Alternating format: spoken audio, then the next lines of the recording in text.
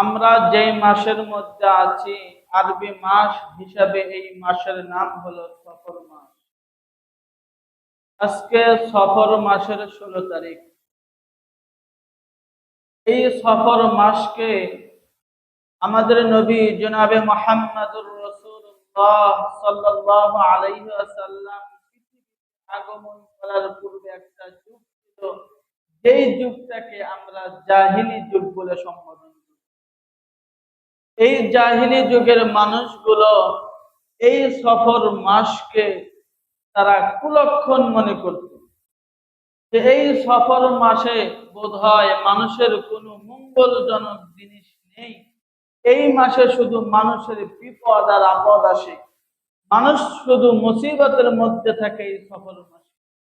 এই ধারণা সেই জাহিলি যুগের মানুষদের মধ্যে ছিল। এই শুভ লক্ষণ আর কুলক্ষণ এটা শুধু আমাদের মধ্যে নয়, বরং এই শুভ লক্ষণ কুলক্ষণ পৃথিবীর সুরলগ্ন থেকে চলে আসতেছে। এই শুভ লক্ষণ আর কুলক্ষণ নাকি শিরিক। এগুলো হলো শিরিক। কারণ মানুষের ভাগ্যে যা কিছু আছে, তকদীরের মধ্যে যা কিছু আছে, এগুলো আমরা সব বিশ্বাস করি, এগুলি সব আল্লাহ পাকের পক্ষ থেকে। একজন ব্যক্তি পৃথিবীতে আসবে, তার তকদিরে ভালো মন্দ সব কিছু আল্লাহ পাক আগে থেকে লিপিবদ্ধ করে রেখেছে।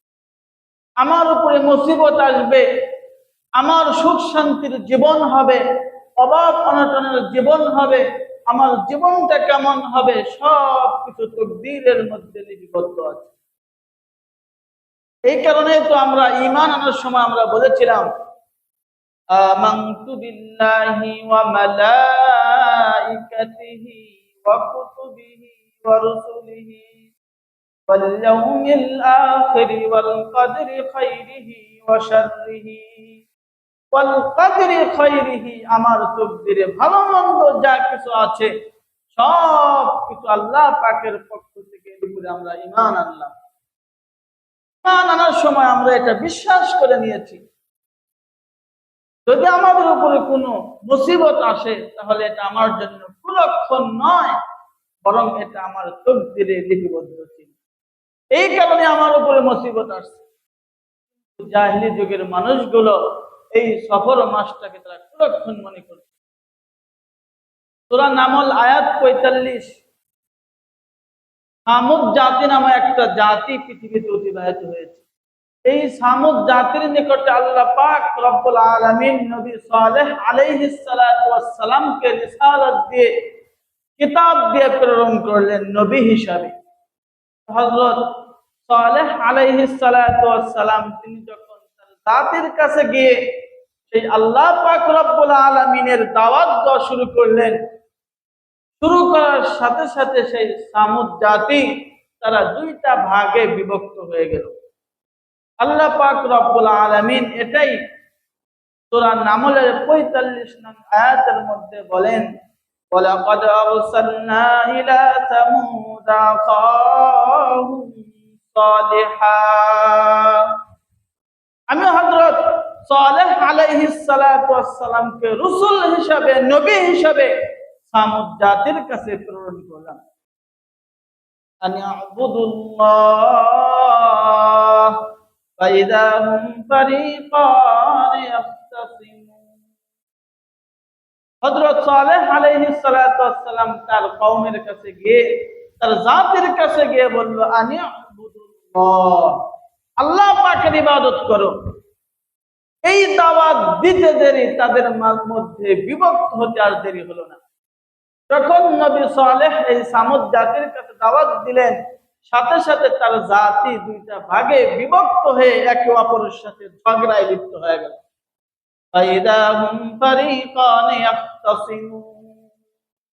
তারা দুইটা দলে বিভক্ত হয়ে, দুইটা ভাগে বিভক্ত হয়ে একে অপরের সাথে তর্কে জড়ালো।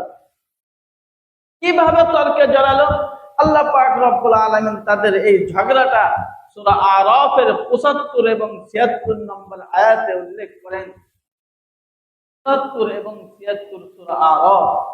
আল্লাহ পাক রব্বুল আলামিন এই সূরার মধ্যে বলেন, قال الملأ الذين استكبروا من قومه للذين استضعفوا لمن آمن منهم أتعلمون أن صالحا مرسل من ربه। সেই সামুদ জাতির মধ্যে যারা একটু নেতা টাইপের পর্যায়ে, অর্থাৎ নিজেদেরকে বড় মনে করে আমরা সমাজের হর্তাকর্তা, আমরাই সবকিছু, এই ব্যক্তিগুলো সমাজের নিম্ন মানুষ, অর্থাৎ যারা দুর্বল অসহায়, এদেরকে বলল, তোমরা কি নবী সালেহকে বিশ্বাস করো? সে যে আল্লাহ পাকের পক্ষ থেকে নিয়ে আসছে, এগুলো কি তোমরা বিশ্বাস করো? এগুলো কি এর উপরে তোমরা ঈমান আনো? তোমরা কি বিশ্বাস করো নবী সালেহ সে আল্লাহ পাকের পক্ষ থেকে প্রেরিত রাসূল? এই প্রশ্ন যখন ওই দুর্বল লোকদেরকে করল, করার সাথে সাথে তারা বলল, ক্বালু ইন্না বিমা উরসিলা বিহি মুমিনুন। ওই জাতি, ওই দুর্বল লোকগুলো, ওই যারা সমাজের হর্তাকর্তা ছিল, তাদেরকে বলল, ইন্না বিমা উরসিলা বিহি মুমিনুন।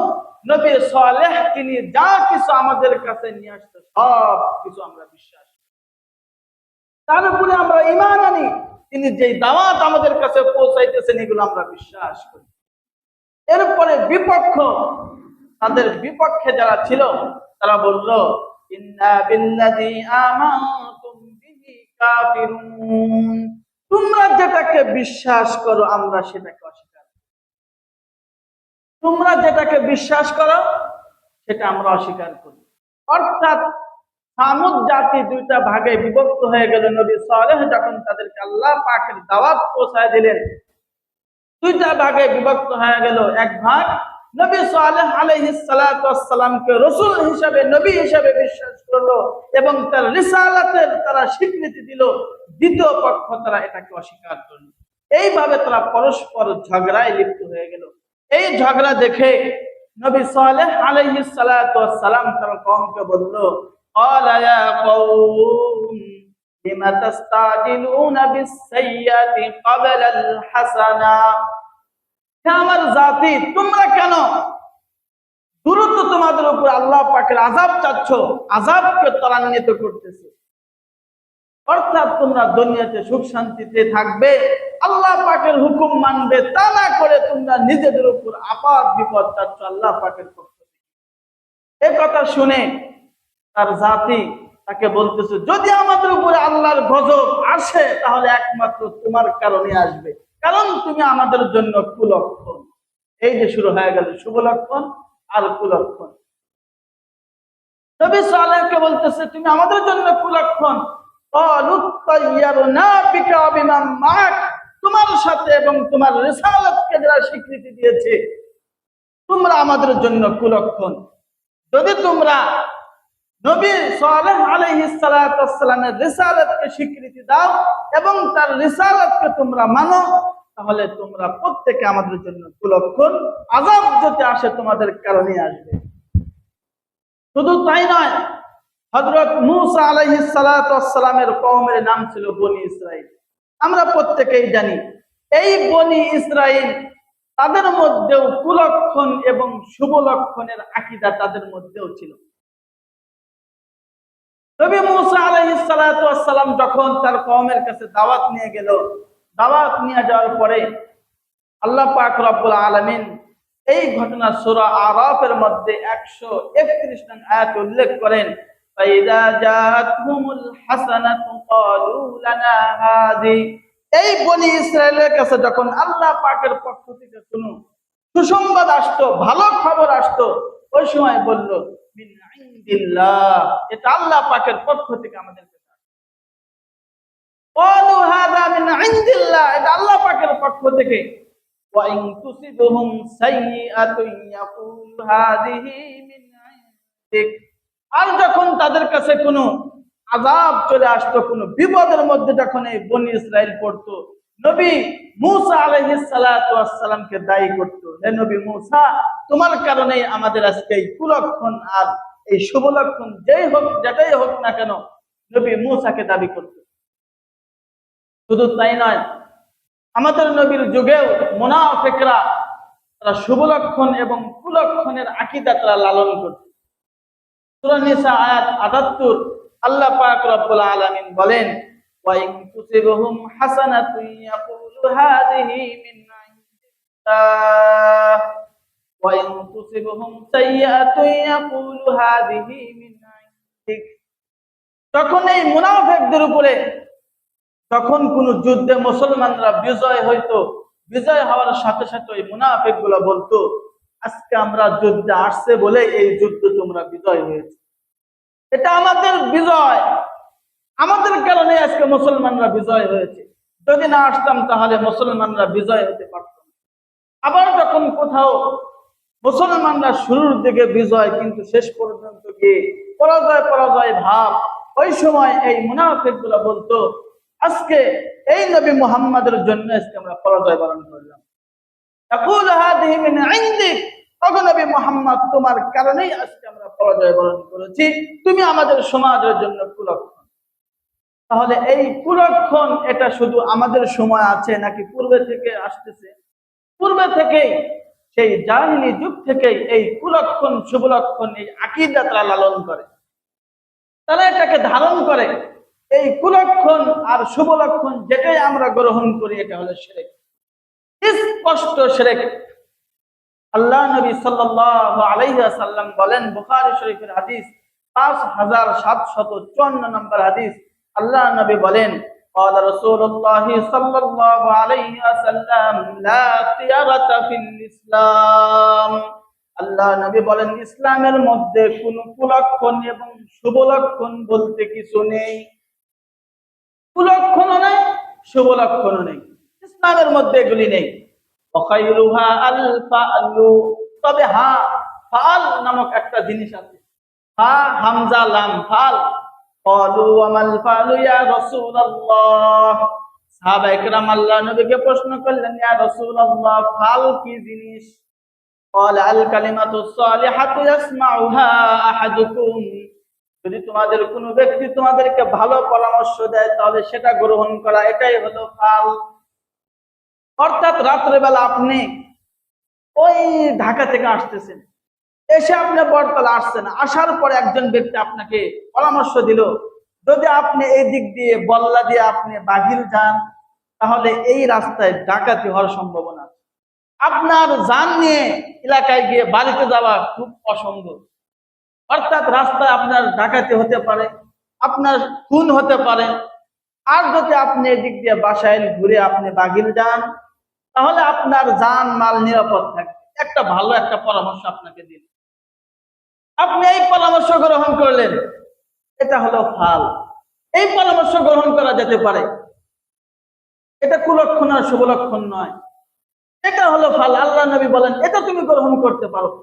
আপনি একটা ঘর দিবেন, ঘরের দরজা জানালা কোন দিকে রাখবেন এটা আপনি একজনের কাছে পরামর্শ চাইলেন, অথবা একজনে আপনার কাছে পরামর্শ দিলেন, আপনি ঘরটা যদি এখানে এইভাবে দেন, এইদিকে যদি দরজা জানালা রাখেন তাহলে ভালো হবে, একটা পরামর্শ আপনাকে দিল, এটা হলো ফাল। এটা গ্রহণ করা যেতে পারে, কিন্তু শুভলক্ষণ কুলক্ষণ বলতে ইসলামে কিছু নেই। বুখারী শরীফের 5753 নম্বর হাদিস, ইবনে উমর রাদিয়াল্লাহু তাআলা আনহু সূত্রে বর্ণিত, তিনি বলেন, عن ابن عمر رضي الله تعالى عنه قال قال رسول الله صلى الله عليه وسلم لا عدوى ولا طيرة, ইসলামের মধ্যে কোনো সংক্রমণ নেই, ওয়ালা তিয়ারাতা, এবং কুলক্ষণ শুভলক্ষণ নেই। সংক্রমণ বলতে ইসলামে কিছু নেই। অর্থাৎ এই যে করোনা, যাকে আমরা বলি ছোঁয়াছাই রোগ, এই ছোঁয়াছাই রোগ ইসলামের মধ্যে নেই।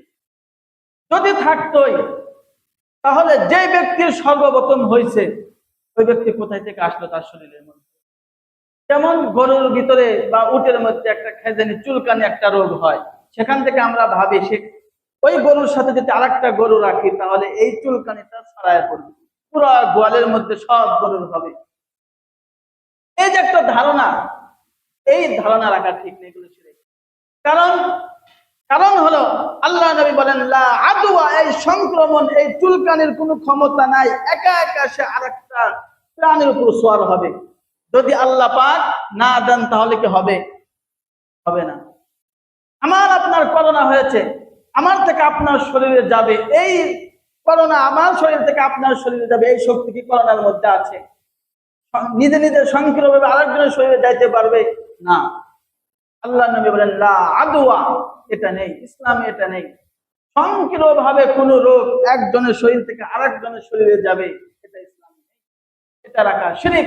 যদি আপনার তকদিরে লেখা থাকে তাহলে অবশ্যই যাবে, এটাকে বিশ্বাস করতে হবে, এটা আমার তকদিরে ছিল, তার সাথে থাকার কারণে আমার শরীরে আসছে, এটা না। যদি আপনি মনে করেন তার সাথে থাকার কারণে আমার শরীরে এটা আসছে, এই রোগটা আসছে, শিরক করলেন, আপনি তকদিরকে বিশ্বাস করলেন না। এখানে আল্লাহ নবী বলেন লা আদওয়া ওয়ালা কিয়ারাতা। এরপর আল্লাহ নবী বলেন আশ-শাওমু ফি সালাস, যদি কুলক্ষণ থাকতো তাহলে তিনটা জিনিসের মধ্যে থাকতো। এক নম্বর ফিল মারআ, মহিলা। দ্বিতীয় নম্বর ওয়াদ-দাব্বা, যানবাহন। তৃতীয় নম্বর ওয়াদ-দার, বাড়ি বা ঘর। যদি কুলক্ষণ থাকতো তিনটা জিনিসের মধ্যে থাকতো। এক নম্বর মহিলা, আবার বাড়ি থেকে বললেন না আপনার স্ত্রীকে, আবার বললেন না আপনার কুলক্ষণ না। ওই মহিলা, যেই মহিলা সন্তান জন্ম দেওয়ার সক্ষমতা রাখে না, সেই সাথে তার জবানের ভাষাটা হলো কর্কশ, শুধু তাই নয়, আবার সে অসৎ নারী। তাহলে এমন মহিলা, যেই মহিলা সন্তান জন্ম দেওয়ার সক্ষমতা রাখে না, আবার জবানের ভাষাটা কর্কশ, সেই সাথে আবার অসৎ, মানুষের সাথে অনৈতিক কাজে লিপ্ত হয়, যদি কোনো কুলক্ষণ থাকতো তাহলে এই মহিলার মধ্যে থাকতো।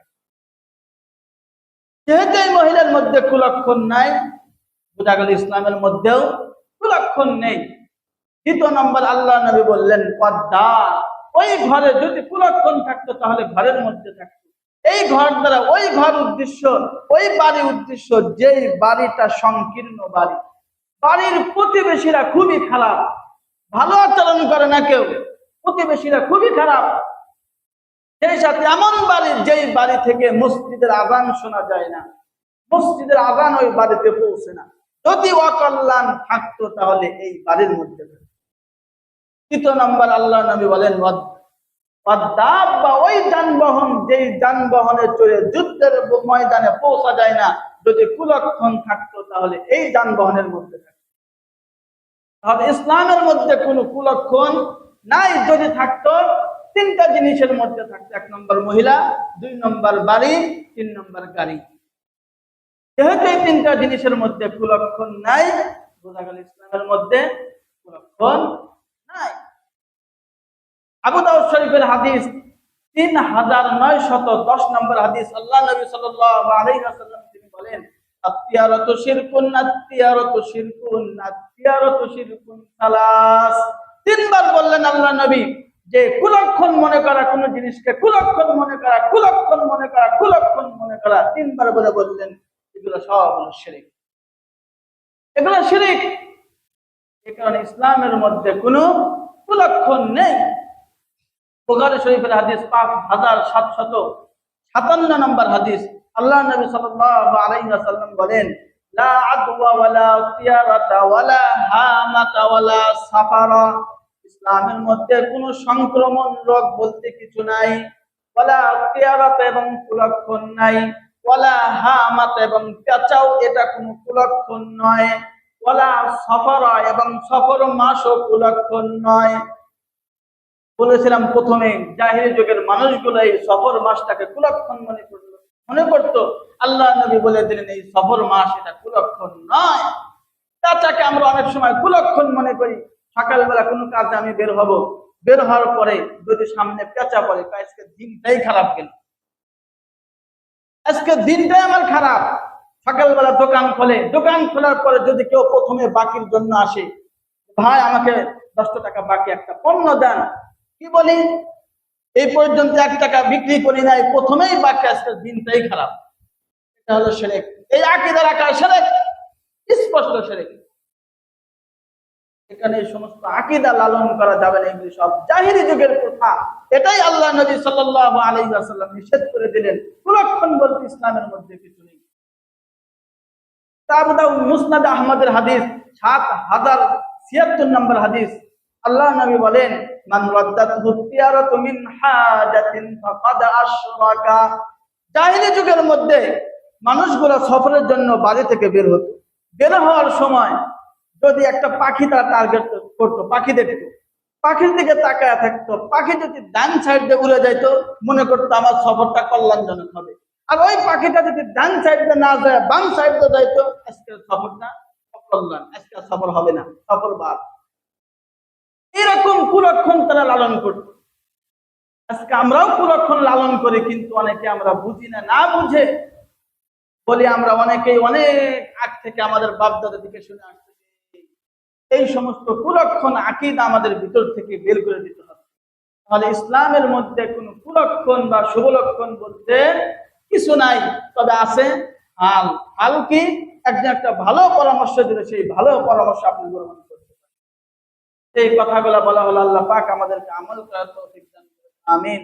ওয়া আখিরু দাওয়ানা আলহামদুলিল্লাহি রাব্বিল আলামিন।